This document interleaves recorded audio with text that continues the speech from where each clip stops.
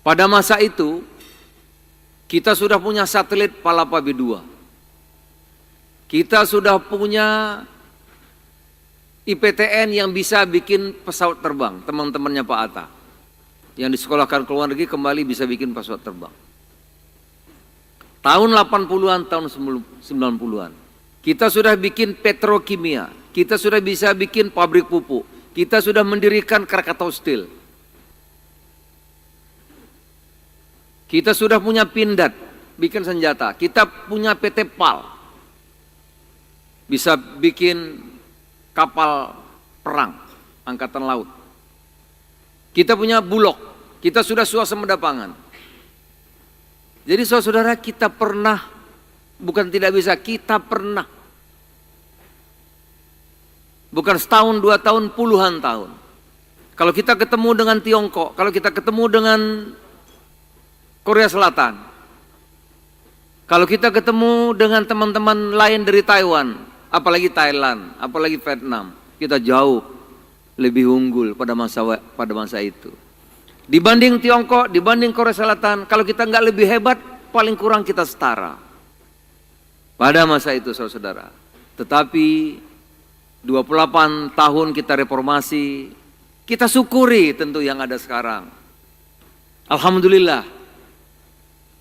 Ekonomi kita tumbuh 5% tadi yang di tengah-tengah dunia seperti itu.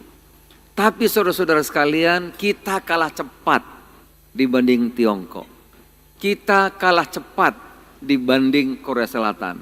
Bahkan kita sudah mulai agak tertinggal dari saudara-saudara kita yang baru berkembang belakangan.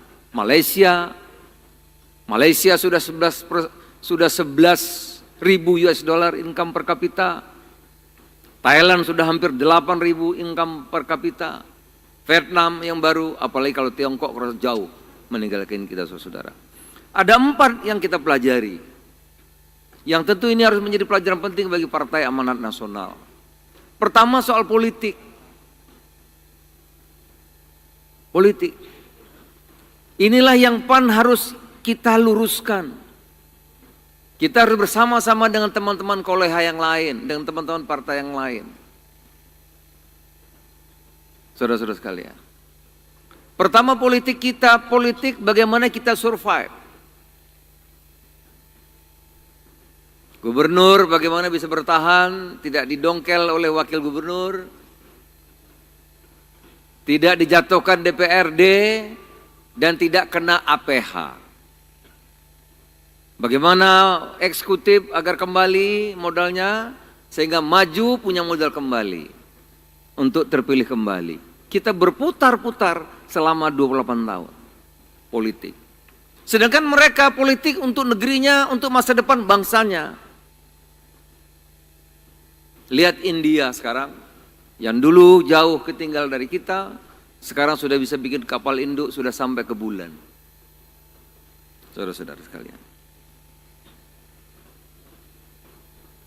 Pengusaha-pengusaha besar kita, ini yang harus berani kita koreksi. Kalau pengusaha-pengusaha besar, kita ketemu dengan pengusaha-pengusaha besar dari Korea Selatan, dari Tiongkok, dari Taiwan, mereka selalu bersaing keluar.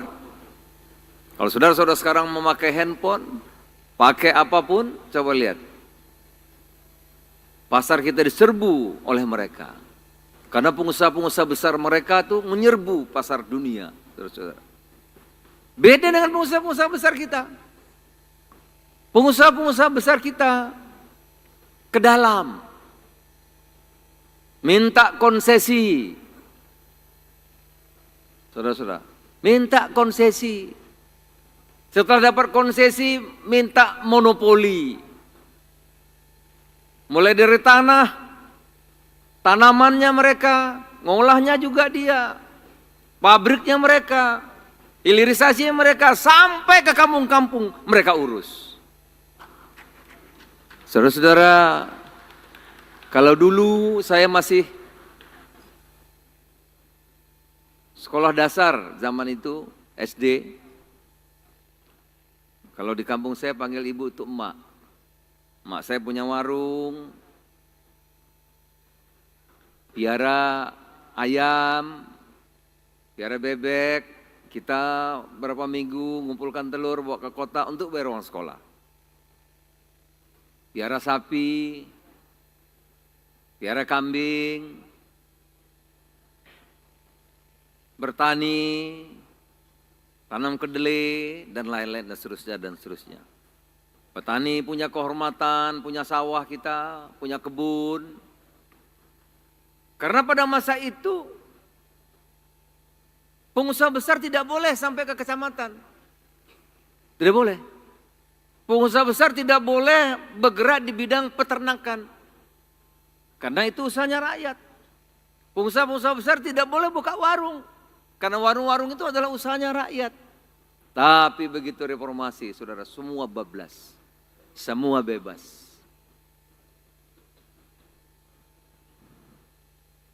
Mulai dari bank, dari tambang, pertanian, semua. Sampai beras diurusi sampai ke kampung-kampung. Kalau begitu ada di mana saudara-saudara kita? Apa yang mereka bisa kerjakan? Itulah saudara-saudara sebetulnya yang saya protes kemarin. Bukan protes. Tentu bantuan sosial penting, bukan tidak penting. Bantuan pangan penting.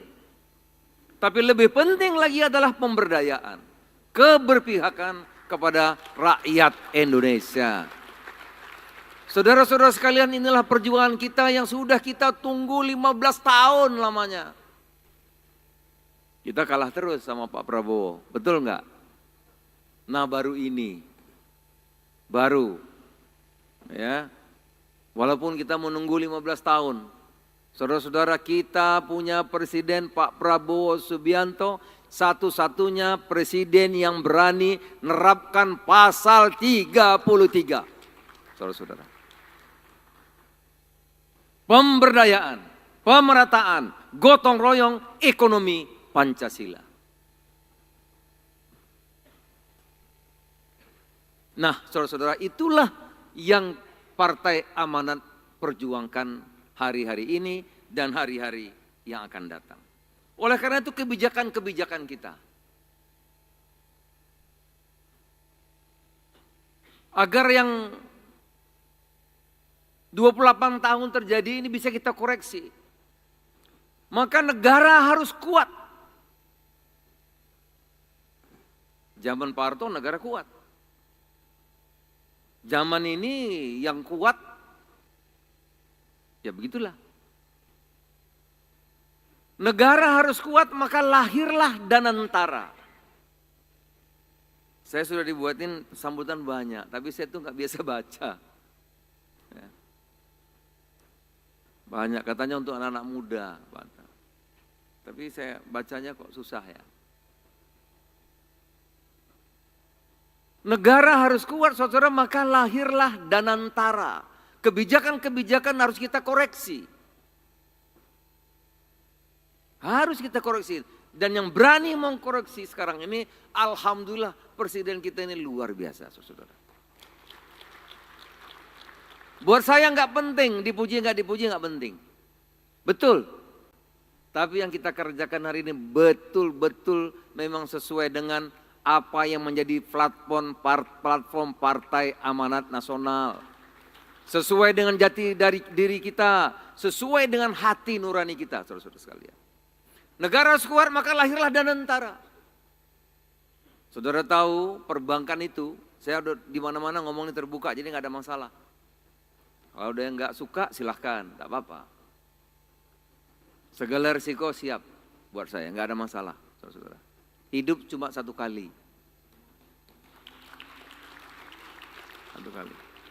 Kita bekerja bukan untuk pujian dan bukan untuk pencitraan. Tapi kita bekerja untuk seluruh rakyat Indonesia agar bermartabat, berdaulat. Nah, saudara-saudara kalian, Danantara harus kuat. Kenapa? Saudara-saudara tahu ya, itu perbankan, Himbara. 28 tahun, ribuan triliun berputar-putar. 28 tahun, bukan 5 tahun. 28